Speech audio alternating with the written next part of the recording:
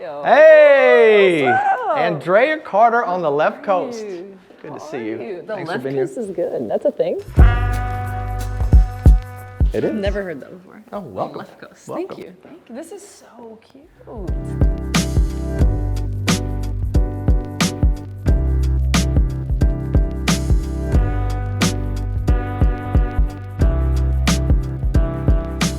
Welcome. It's a little different vibe here. I'm glad to get your nice. Southeast stuff out here. So the theme this year for the show I thought was Elite DNA. And when I set out to do this and like figure out who would I want from my circle of people that embody that, like no hesitation your name came up. Because I got to see you when you were such an elite high school player and like giving people so many problems, and to see you carry that type of mentality and eliteness to this next part of your professional life is just awesome.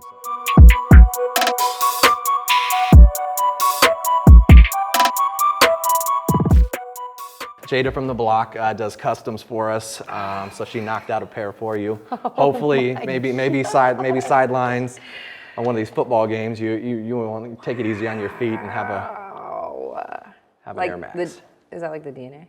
Yeah. Let's see what you did there, Jada. Wow. No, these are cool. And I love the color blue, actually.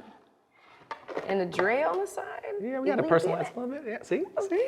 We're trying a little bit. No, that's awesome. That's awesome. I got to get like a blue blazer. Maybe we'll find something. It'll work for sure.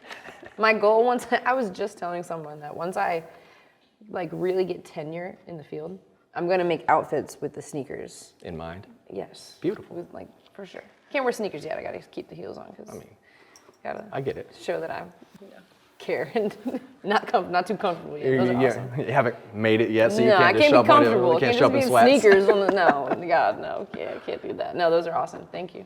So as cool as like where you're at in life now, I think like the telling part, knowing what I know of you, is what you've been through, and the question that will help people the most is what it was like to have to decide that the ball wasn't bouncing anymore. Yeah, it's hard. It's so hard, like, to even think about it now, even with how great my life is. Like, I love my life. I have the best time. Like, my job, the people I work with, I have so much support, and I'm around basketball, but I miss it all the time. But for me, I was playing at Tennessee, had that shoulder surgery, missed that year. That was your freshman year, That right? was my freshman year, yep. And then sophomore year went really well, but I ended up tearing my meniscus. But I was like, I want to keep playing. Like, I don't want to slow down again. You didn't miss any games, right? Like you played through it? No, didn't miss any games. Just played through it the whole season. Sounds right. And yeah. So we did an MRI on it after the season. They're like, it's progressing a little faster than we expected. And I was just like, I don't want to do anything about it, right? Like, I just wanted to play. And then that next year, it started giving me a lot of trouble. So then we did a scope surgery and then missed that off season. And my, third year was hard. It was my third year playing. Right. So at that point, I really wasn't practicing that much. I could still play defense. That was always something I could control. That was always something I could do. But I really wasn't getting in the gym. Wasn't putting in any extra time, and so like lost a lot of confidence on the offensive side of the ball. Right. Luckily, I had teammates around me that were phenomenal, right? So I didn't necessarily need it. I needed it more than I had it, but I just started to not be the player that I wanted to be. Right. And that was a hard feeling. It's hard feeling like a liability on offense, even though I felt like I brought a lot to the table.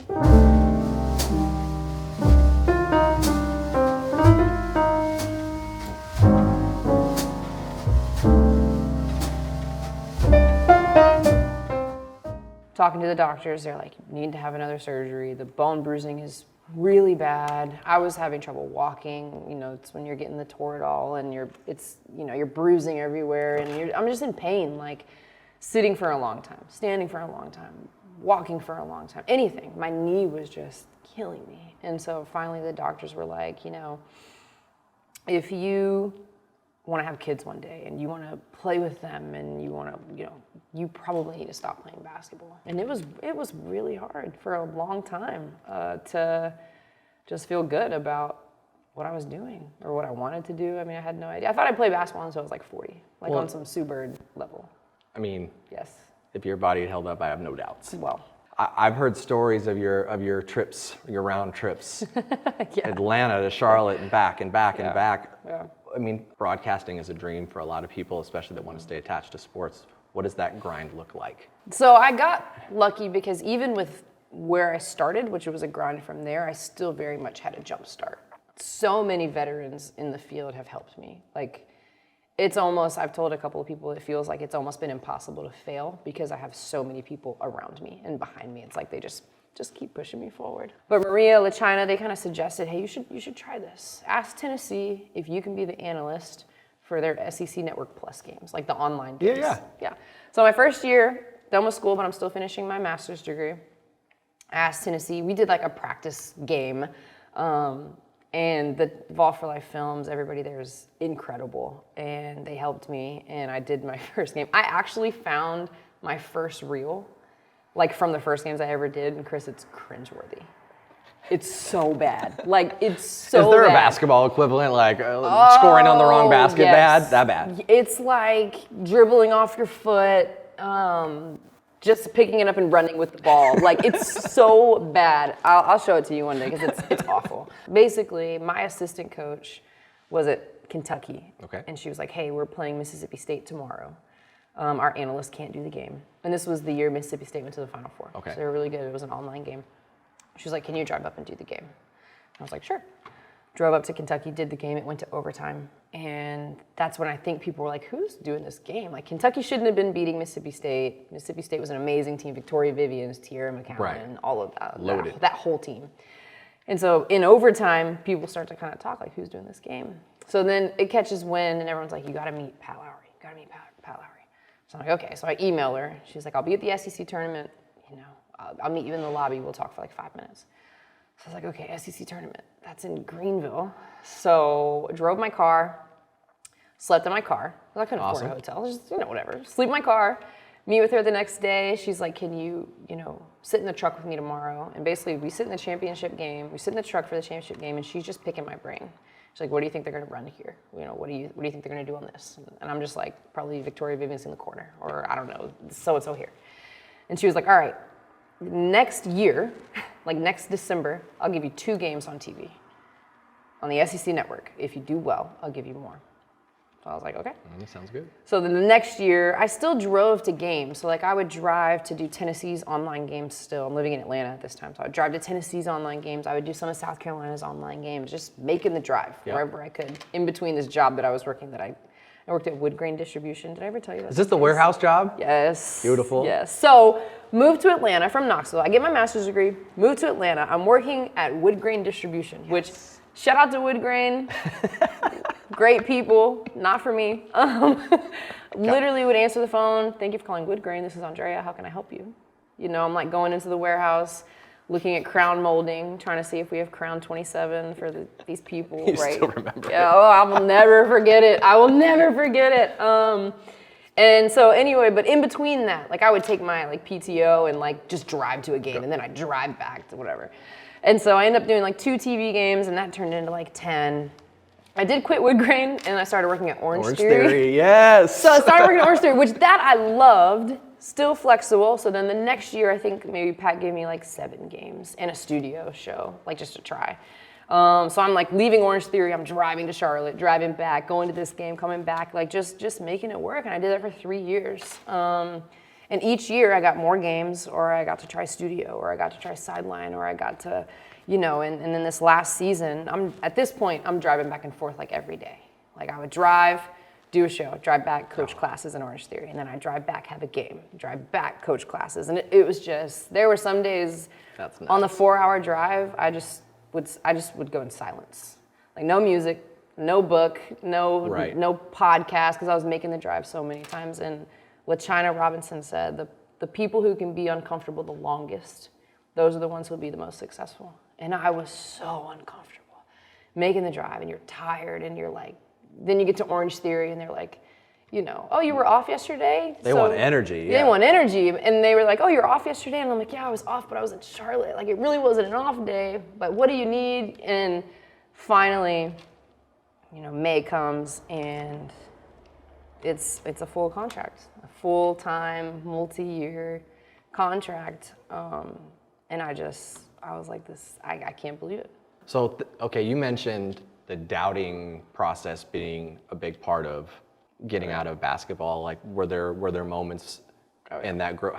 What does that look like? Because I don't think players quite understand how that confidence thing impacts other areas of their lives. You know it in sports, but what about this? No, I mean, it's real. Like, I remember when I first started, I was like, I'm never going to do this. I think too, like, the idea of not really knowing what you're capable of, right? Like, you could be a great shooter, but maybe you could be even more than that, right? And so I remember when I first started, I told LaChina, I was like, I'm just going to be a color analyst for SEC women's games, probably just the non-conference games.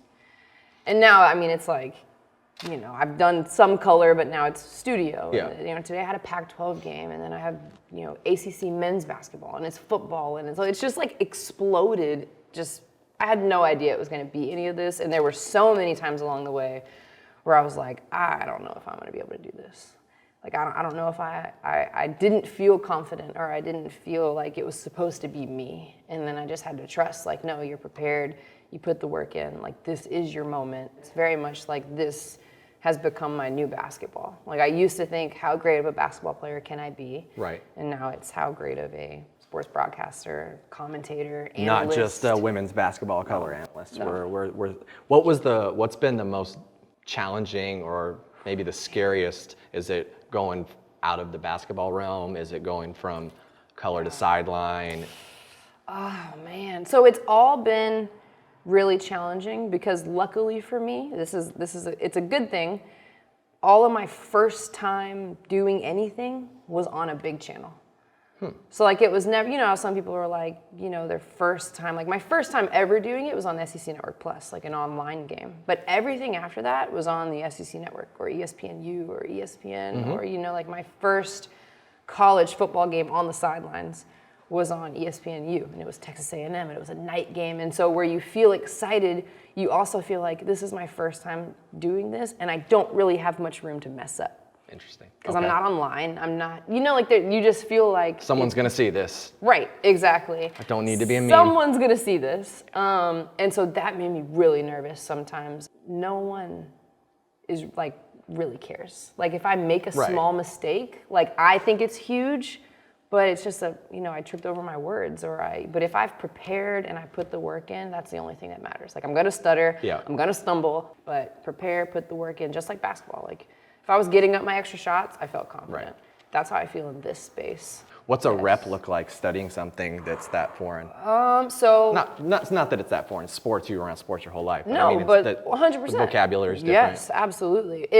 It's reps. It's research. A ton of research, right? Like, and for me, for football, so in the beginning, like, I couldn't watch every single football game. So I would go watch the key plays from all the games, right? YouTube will break down the key plays, and I would watch them over and over and over, and I would pick the best ones from the game, so that when I knew we were going to talk about Georgia, Florida, I had watched all the clips so many times, and I picked my favorite, and then I would talk about them just over and over, like, oh man, I really loved when Anthony Richardson, faked and whatever he did, right? I really loved when he did that because it looked like this, and you just say it and you repeat it and you talk.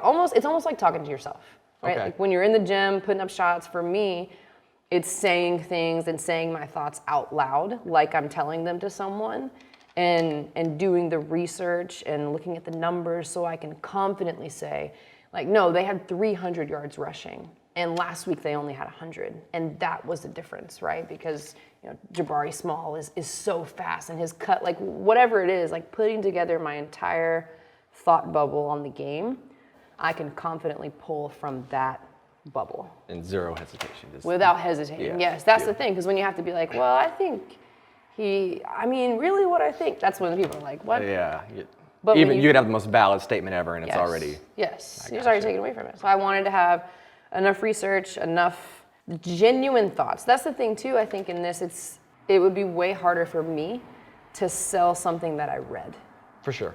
Like, I have to see it, and I have to feel it and think it. Otherwise, it's not going to come across on TV. People are going to know, like, no, she just read that. Like, there's no way she actually thinks that, because you're going to see it all over. Like, when I'm literally sitting here talking to you, you can tell I'm like, this is how I feel. I'm engaged.